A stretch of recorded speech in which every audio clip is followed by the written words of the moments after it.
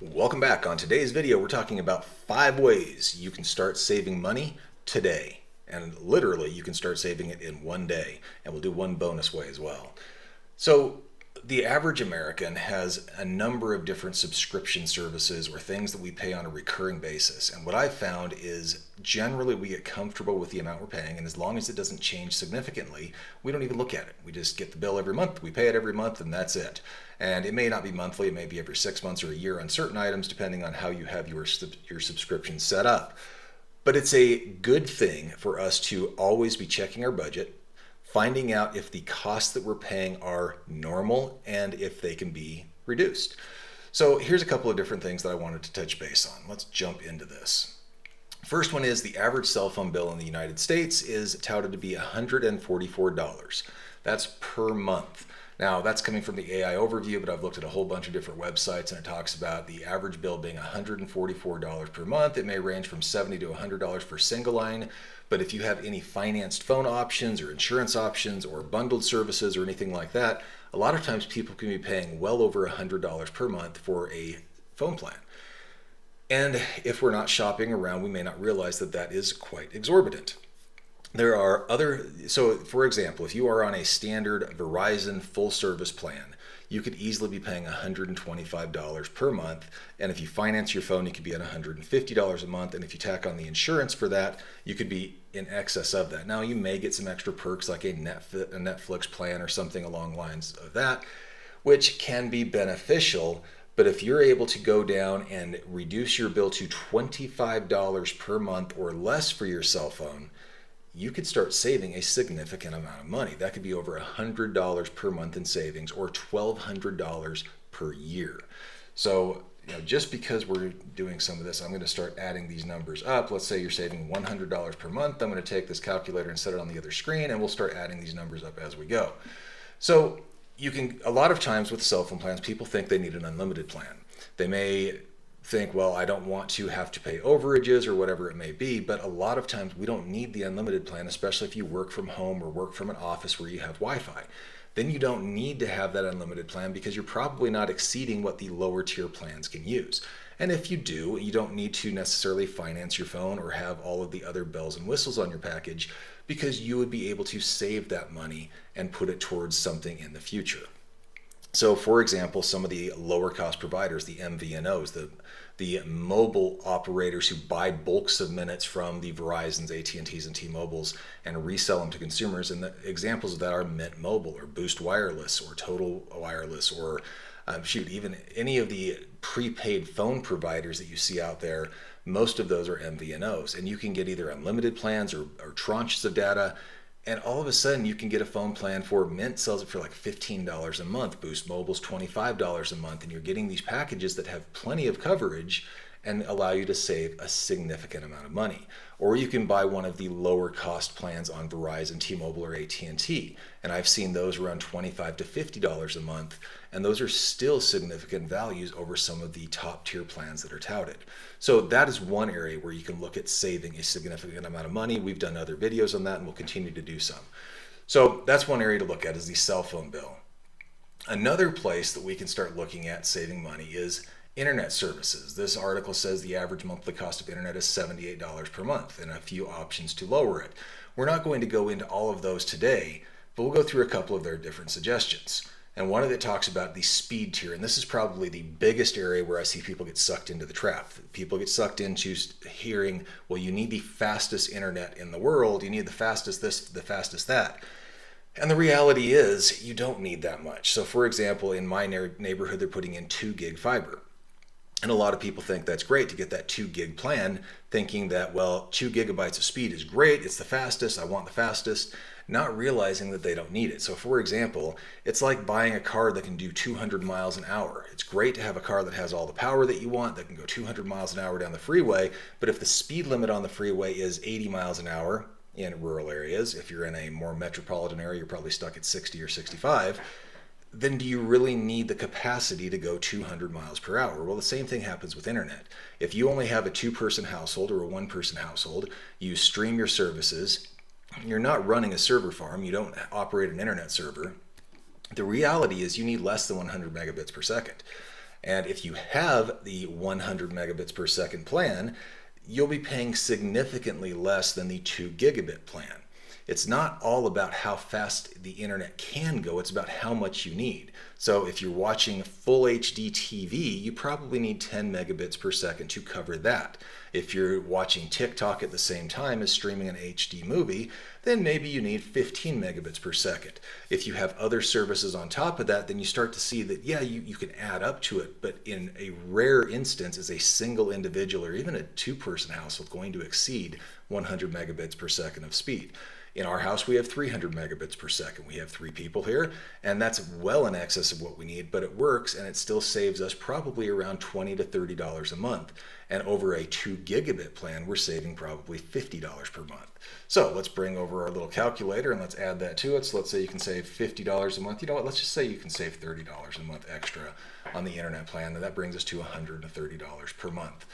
The next one is groceries. It is so easy for us to get complacent with our grocery use, and that we also have to tie into that our eating out.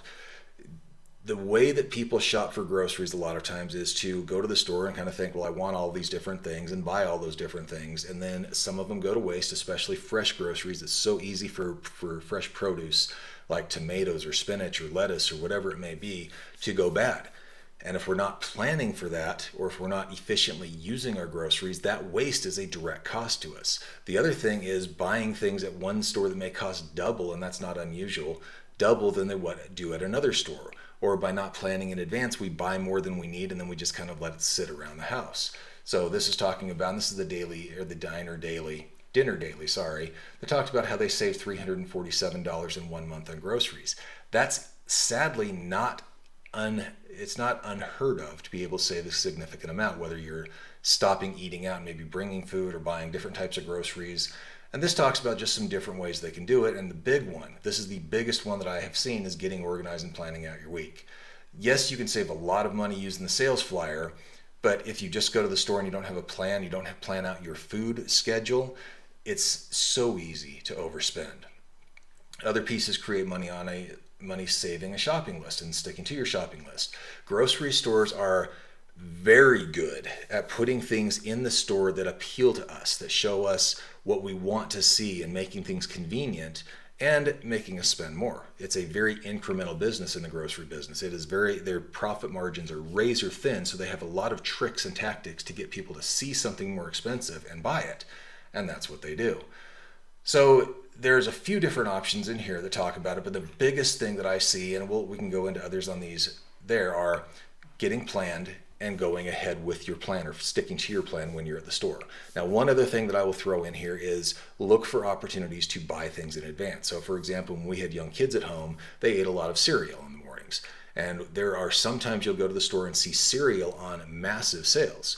When we saw those massive sales, we would buy a lot. We'd buy 20, 30 boxes of cereal, because when you're saving $2 a box on cereal and you do 30 boxes, and literally I think there are times we had that many in there, that's a $60 savings, because you don't have to buy those at full price down the road. And there were times where it was more than $2 a box.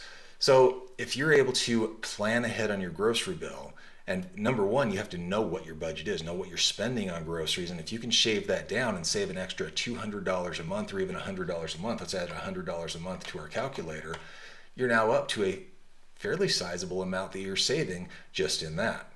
Let's move on to the next one, and this is streaming services. It is very, very easy for us to get stuck on these subscription services that come in, because usually they can be very, very minimal, especially if you're doing things on your phone that are only a couple of dollars a month, or add-ons for games or packages or whatever it is. We start spending this amount and we don't really realize what we're doing. And streaming services especially can cost us a lot, because there's so many different options. There's Disney, there's Hulu, there's Netflix, there's ESPN, there's Max, there's all of these different things that we can be paying for. And then we get to decide, do we want commercials? Do we not want commercials? Do we want to pay more for Amazon Prime without commercials versus Amazon Prime with? It's never ending. And if we're able to save ourselves some money on that, that just adds to the package. So for example, let's say that we're currently subscribing to Netflix and Disney and Hulu. That is something where we have this add-on after add-on after add-on, and it continues going every month. So what you could do is just subscribe to Netflix for 6 months, watch what you want there, then switch over to Amazon Prime or Disney or Hulu. And by switching different services or Apple TV, you can then start to select, because the reality is we're not going to be able to watch every single show on every single network, and most of them offer the opportunity just to binge watch whatever we want. So if we do one subscription service for 3 months and then go to a different subscription service for 3 months, we don't have to have all of those services all the time. And let's just say that we're saving $15 a month by doing that. That's still an extra $15 per month. So that is another way that you can do it. Now, here's an article that I ran across from thestatesman.com, and it talked about the average American now spends $3,275 on internet, TV, mobile phone expenses, and streaming bills. And that's a lot of money. That is $273 per month on just entertainment, just something that we don't necessarily need every single piece of. By taking a look at that, we've been able, in our household, we've been able to cut our costs down and make it a little bit less expensive to live. Now, one other thing that I have seen that people need to focus on is your insurance bills, especially car insurance. Something that some car insurance companies do is they get you in at a super low rate, and then incrementally every few months or every 6 months or every year, however often you pay, they raise the prices. And because it's only a little amount, a lot of us will just sit in there and not really look at it and not take advantage of opportunities to cut those rates down. So if you shop around for your car insurance, you can also shop around every year for your health insurance if you're in the marketplace. If you have an employer-sponsored thing, that's not going to be as easy for you to do. But those monthly or those recurring costs, I've been able to save over $50 a month or more on car insurance by shopping around. So let's bring that back over and add it to our calculator, which you can't see. So let me turn the screen back on. Bring the calculator back over. And let's add that $50 per month for car insurance. And now we're at $295 per month in savings in just incremental bills. When you multiply that out over a 12-month period, that's $3,540, which, even though that may not seem like an insane amount of money, that's still a substantial chunk that could be invested in someone's 401k account or in just an IRA or savings account if you don't have a 401k account through work. That allows us to have more control over our money. So those are different areas that I have seen people be able to save money immediately. Now, one other area, the bonus area that I talked about before, is selling something. A lot of times we have things around the house that we may not use anymore. An old cell phone, an old TV, an old computer, tools, whatever it may be, and it's not really worth the headache to sell, we think. But if you're able to get an extra $100 for it, and someone else is able to get some use out of that, that's an extra $100 in your pocket. So be cognizant of things that may have value to others that you're not currently using. Get rid of the clutter and get yourself some benefit out of it. The other option, of course, is to donate it. If you take something to a charity, you're able to write it off at the value that it is currently valued at. You can't write off what you paid for it, but if you give it to a thrift store, you can sell it, you can write it off on your taxes for the thrift store value. And it's just a nice way to reuse things for other people to get some use out of it and for you to get a little tax deduction. If you have a lot of those things that you donate, that can actually add up to a reasonable tax write-off for you. So that was your one bonus item. Either sell something or donate it. Either selling it, of course, gets you some capital right away. Donating it gets you a benefit on your tax returns down the road. I hope this has been helpful to you. If it has, please give us a like down below. Consider subscribing to the channel if you'd like to see more videos like this and all sorts of other things. And if you know someone who may benefit from this video, please do share. Thanks for being here. We'll see you on the next one.